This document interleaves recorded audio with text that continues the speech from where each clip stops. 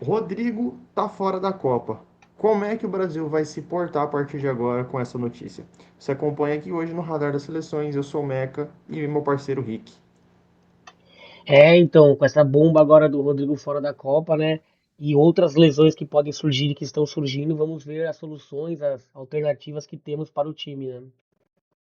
Essa é uma Copa que aparentemente vai ter bastante lesionados. A gente chega na data FIFA de março com várias seleções sofrendo com lesões. O Brasil mesmo, como já foi dito anteriormente, Rodrigo fora da Copa e consequentemente fora dessa data FIFA. Mas temos outros jogadores que não vão jogar essa data FIFA por lesões, como Bruno Guimarães, como Militão.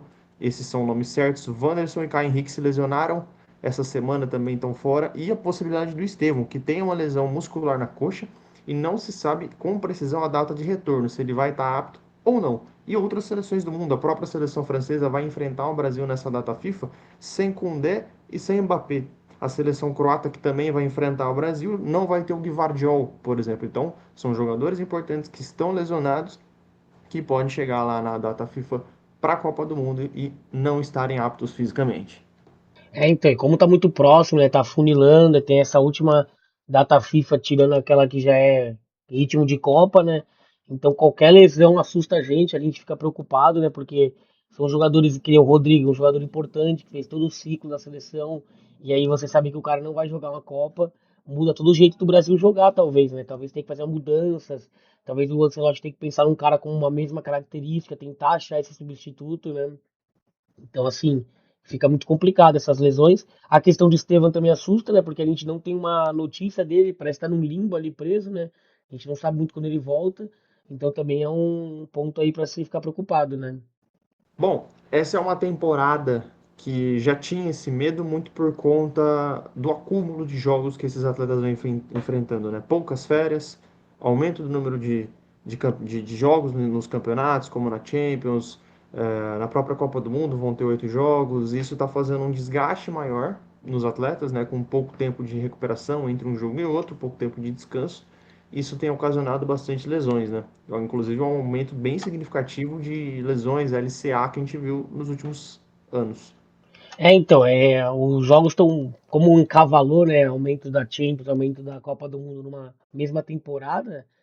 Acabou ficando bastante jogos. Acho que teve até uma declaração que eu vi hoje, acho que foi do jogador do Atlético de Madrid, que ele até comparou, ele falou assim, a gente tá virando um moedor de carne, né? A gente tá jogando muitos jogos, o calendário tá muito apertado, tem que se fazer alguma coisa, porque também senão começa a decair a qualidade dos jogos, começa a gerar muitas lesões e acaba perdendo, né, a graça do esporte, né? Vai, pô, tem muito jogo, legal, beleza, mas aí vários desses jogos não vai ter todos os jogadores, então será que tem muito Não sentido tem ter os tantos jogos? principais. É, será que vai ter tanto sentido ter tantos jogos assim? Bom, e a gente vai mostrar aqui para vocês hoje quais são as possibilidades que o Brasil tem para apresentar dentro de campo com a ausência do Rodrigo, tá?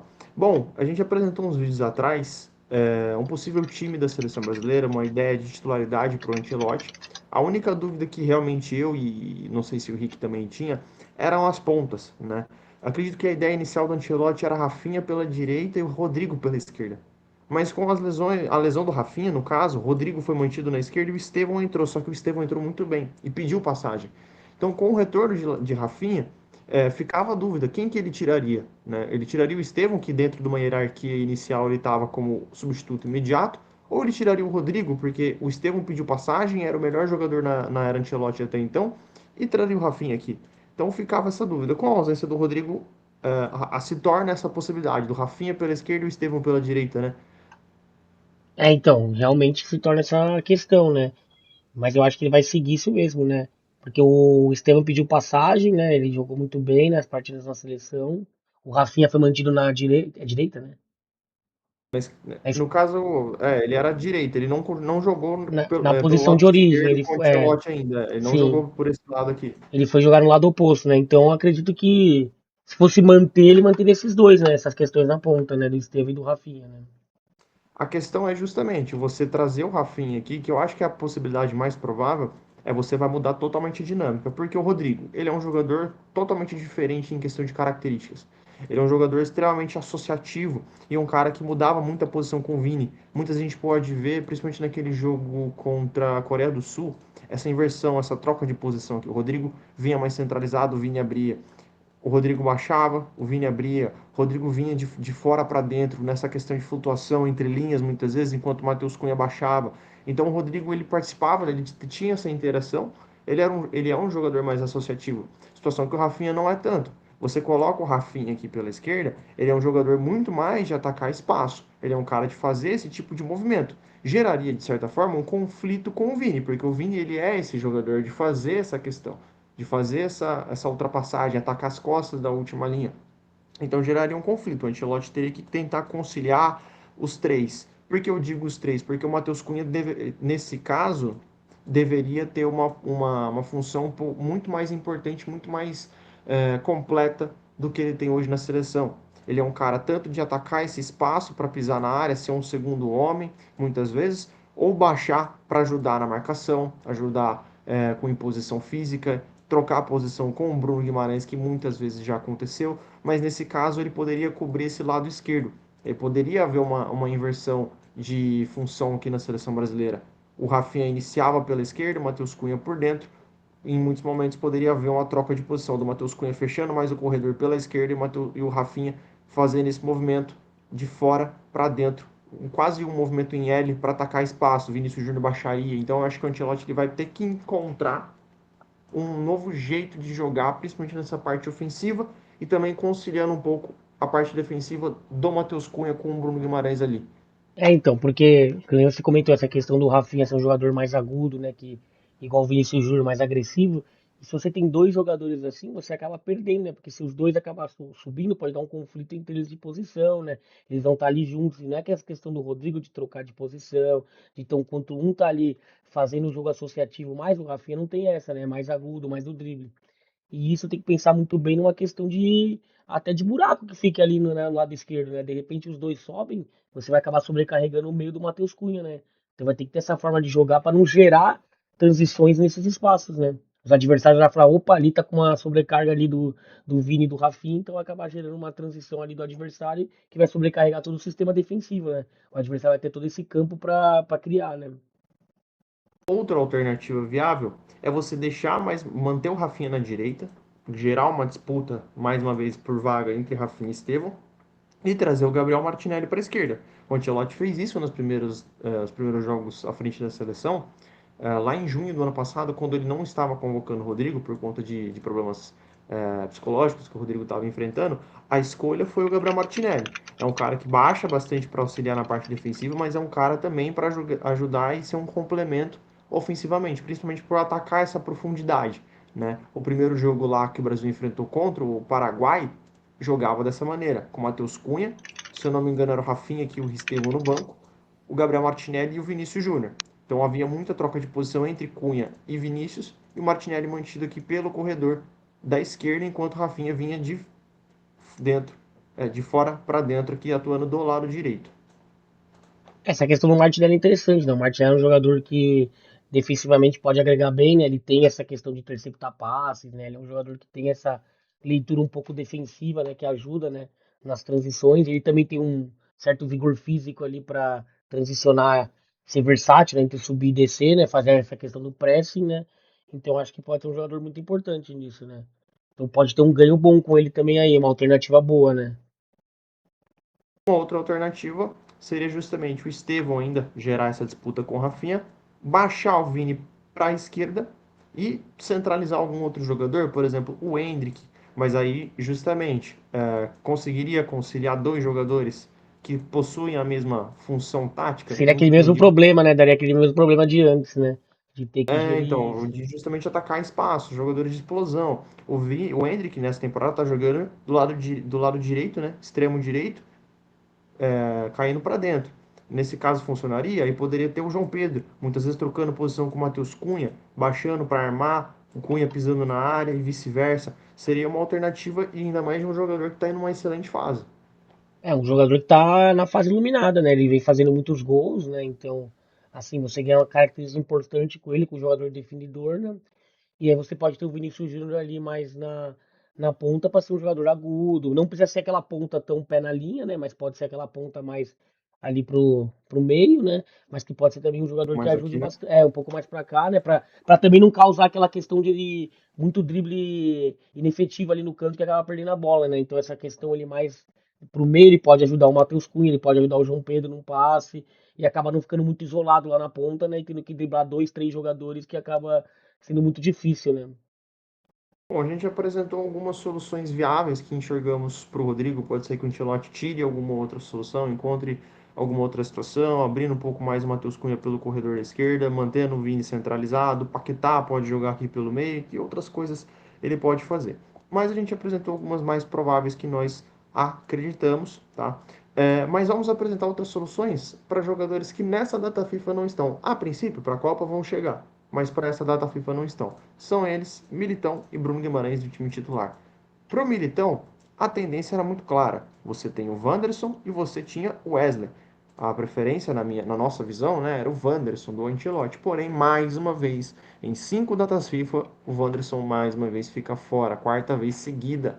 Então, mais uma chance para o Wesley ser testado. Né, um nome que ganhou oportunidades, não foi bem contra a Tunísia, mas agora ele vai ter mais uma chance de se provar frente para a Copa do Mundo. É um jogador extremamente ofensivo, mas também consegue cobrir muito a parte defensiva, cresceu muito nesse quesito com o Felipe Luiz ainda no Flamengo. Vamos ver se ele vai ter esse bom enfrentamento, esse bom duelo defensivo, enfrentando um Dembélé, por exemplo. Exatamente, é. A gente tem que testar ele que vai estar enfrentando jogadores assim de um nível muito físico, né, de muita transição, que nem o Dembélé, de muito drible, mas assim, ele é um jogador que está em alta, né, ele vem fazendo partidas completas na Roma, né, vem jogando bem, tanto na parte ofensiva, né, apoiando no ataque, quanto na parte defensiva também, né, ele vem fazendo quase que um box to box ali voltando, né, então, a questão é ver se ele vai aguentar mesmo esse páreo, mas assim, em termos de clube, preparação e bagagem ele tá tendo, né? Minutagem também. Então, assim, ele é um jogador que vai ser testado nessa prova de fogo, já que o Wanderson, infelizmente, pela quarta vez não conseguiu ser convocado, né? Sim. Ainda mais podendo, por exemplo, tendo um dos extremos, seja Rafinha ou Estevão. O Estevão vindo de fora para dentro, uma parte mais criativa. O Rafinha, uma parte mais de infiltração. O Wesley pode muito bem usufruir desse corredor aqui, coisa que o Ancelotti fez bastante no começo. Daí o Marquinhos abria como zagueiro pela direita, Magalhães centralizado e o Alexandre como esse terceiro zagueiro, muitas vezes até subindo numa segunda linha de meio de campo, né? É, e o Brasil tem um ganho ofensivo grande, assim, né? Porque é um jogador rápido, é um jogador que tem essa questão física veloz, né? Então o Brasil atacaria com ele ali no corredor, e aí o Estevão, o Matheus Cunha, o Vinícius Júnior, que nem tá aí na questão dessa mesa tática, eles ganhariam um poder ofensivo muito grande no ataque, porque tem um elemento surpresa, o adversário vai ter essa surpresa de ter o lateral batendo na área e vai ter um ganho ofensivo bastante, né? Com jogadores que são muito rápidos ali na frente, que nem o Vinícius Júnior, que pode ajudar nesse 1 para 1 ali, recebendo a bola mais próximo da área, né? Uma outra alternativa, o próprio Danilo, né? Que ele pode ser convocado para a Copa como um coringa, né? Um defensor coringa, que ele pode cair pelo lado direito também para ser mais um complemento e auxiliar, principalmente na parte defensiva, visto que ele não é um lateral de amplitude, né? É, e o Danilo ele tem a questão também de estar jogando de zagueiro, né? Então pode dar essa segurança se precisar fechar na linha de três para esse lado, ele pode ajudar bastante nisso também, né? Então pensando nesse lado, tem essa versatilidade que a gente conversou no primeiro vídeo, né? Sobre jogadores que são laterais e zagueiros que dão essa versatilidade para a defesa da seleção, né? A outra alternativa é a do Bruno Guimarães. Acho que essa tá um pouco clara, porque como os meio-campistas a gente já tinha debatido no primeiro vídeo que os quatro deles estão definidos, eu acredito que a tendência é o Andrei Santos se tornar essa dupla do Casemiro. A questão é, o Andrei se tornando essa dupla, quem que vai ser o reserva do Casemiro? Vai tentar encontrar uma alternativa. Então a ausência do Bruno Guimarães vai ser, entre aspas, levando para o lado positivo, benéfica para encontrar uma outra alternativa. Vai ser mantido o Fabinho ou não? Alguma outra peça vai ser por ali, mas acho que para titularidade está muito claro, né? Andrei Santos, que vem jogando no Chelsea, mais minutagem, vem jogando bem, tende a ganhar essa vaga ali na titularidade. É, o André Santos vai acabar ganhando essa vaga mesmo. E aí tem a questão do reserva, né? Buscar um reserva. Tem essa chance que a lesão, entre aspas, do Bruno Guimarães vai estar dando a chance para a gente ver um outro cara na reserva que de repente entre ali e seja um cara que vai ser importante para a convocação, que vai ser o jogador que a gente precisa para ter na reserva, né? Se caso aconteça, então é importante, né? Descobrir de repente um novo jogador que possa ajudar no meio, né? Para não ficar também sobrecarregado, né? Perfeito. E por fim, O Estevão, né, que existe essa dúvida se ele vai ou não para essa data FIFA, se ele vai se recuperar a tempo ou não. E aí abre margem também para várias possibilidades. O Estevão saindo, o Luiz Henrique, que é uma possibilidade de ser convocado, que tem sido nome presente nas últimas listas, pode cair para a direita. Eu acredito que não, acho menos provável. Acredito que a tendência seja o Rafinha voltando para a direita e o Gabriel Martinelli caindo para a esquerda. A ausência do Estevão pode abrir uma oportunidade para os nomes voltarem a ser convocados. Anthony, que vive uma boa fase no Betis, pode ser um nome que pode voltar a surgir nessa data FIFA, visto que seria o único, o Gabriel Martinelli seria o único do lado esquerdo. Teríamos Luiz Henrique, Rafinha e Anthony aqui, né? É, Você pode muito exatamente. bem o Rafinha sendo a opção para os dois lados e chamar mais um jogador daqui, né, no caso. É, o Luiz Henrique voltou, né? Agora voltou o campeonato russo lá, né? Voltou dia 27 Sim. de fevereiro. Ele não fez a última partida aqui, pelo que eu tô vendo, assim, por questão de nota, né? Olhando no SofaScore, aparentemente não fez uma partida muito boa, não. Participativa, assim, pelo mapa de calor, né? Também não muito boa. Antes ele tinha jogado só 29 minutos contra o Báltica, o time aqui que a gente ganhou de 1-0. Então acho que ele tem, também tem essa questão de ter pouca minutagem também, né? Tem essa preocupação também de ver como ele tá fisicamente para jogar, né? Antes a Rússia tava, o Zenit tava jogando só amistosos, né?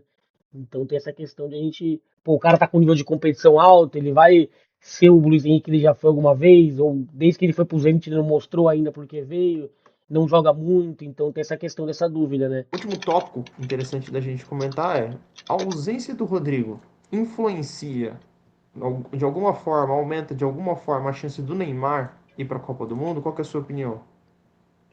Eu acho que a ausência do Rodrigo não está diretamente vinculada ao Neymar estar na Copa do Mundo, não. Eu acho que hoje em dia eles fazem funções diferentes, né?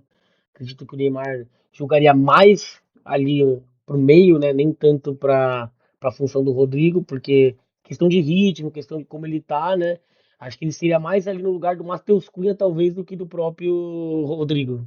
Eu acho que aumenta, partindo do pressuposto que a gente tinha um entendimento que 7 nomes estão garantidos na Copa, né? Certo. A princípio eram Vinícius, aqui destacado, Rafinha, Estevão, Cunha, Martinelli, João Pedro e o próprio Rodrigo. Eram Certo. os O sete 7 nomes que a é, gente 7 da tinha um frente, né? entendimento.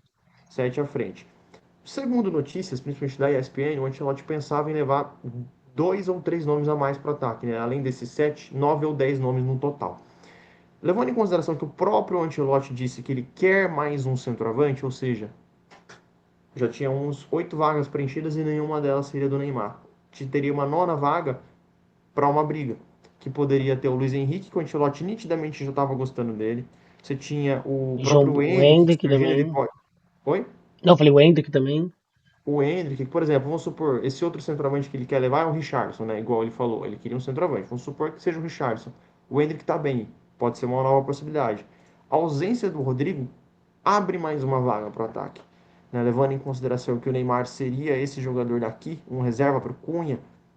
Claro que não na mesma intensidade, mudaria totalmente as características, mas um segundo atacante que baixava para construir, né, com outras funcionalidades, Fazer outros uma jogadores ao transição redor ali, dele. né, entre o meio e o ataque, né, ter essa ligação. Perfeito.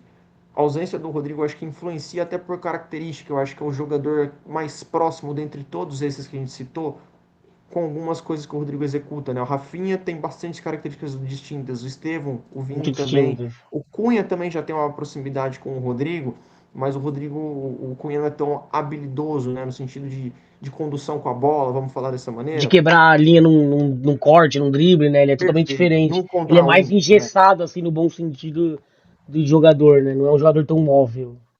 Então, no sentido geral, eu acredito que o Neymar ele pode ganhar um ponto. Não é que agora o Neymar está garantido na Copa do Mundo, mas acho que ele ganhou um degrauzinho à frente de um outro olhar agora em cima dele, né? Bom, mas é isso, pessoal. Acho que a gente já explicou tudo por aqui. Espero que a gente tenha pelo menos tirado algumas dúvidas de vocês em relação a como a seleção brasileira pode se portar, algumas alternativas aos jogadores machucados.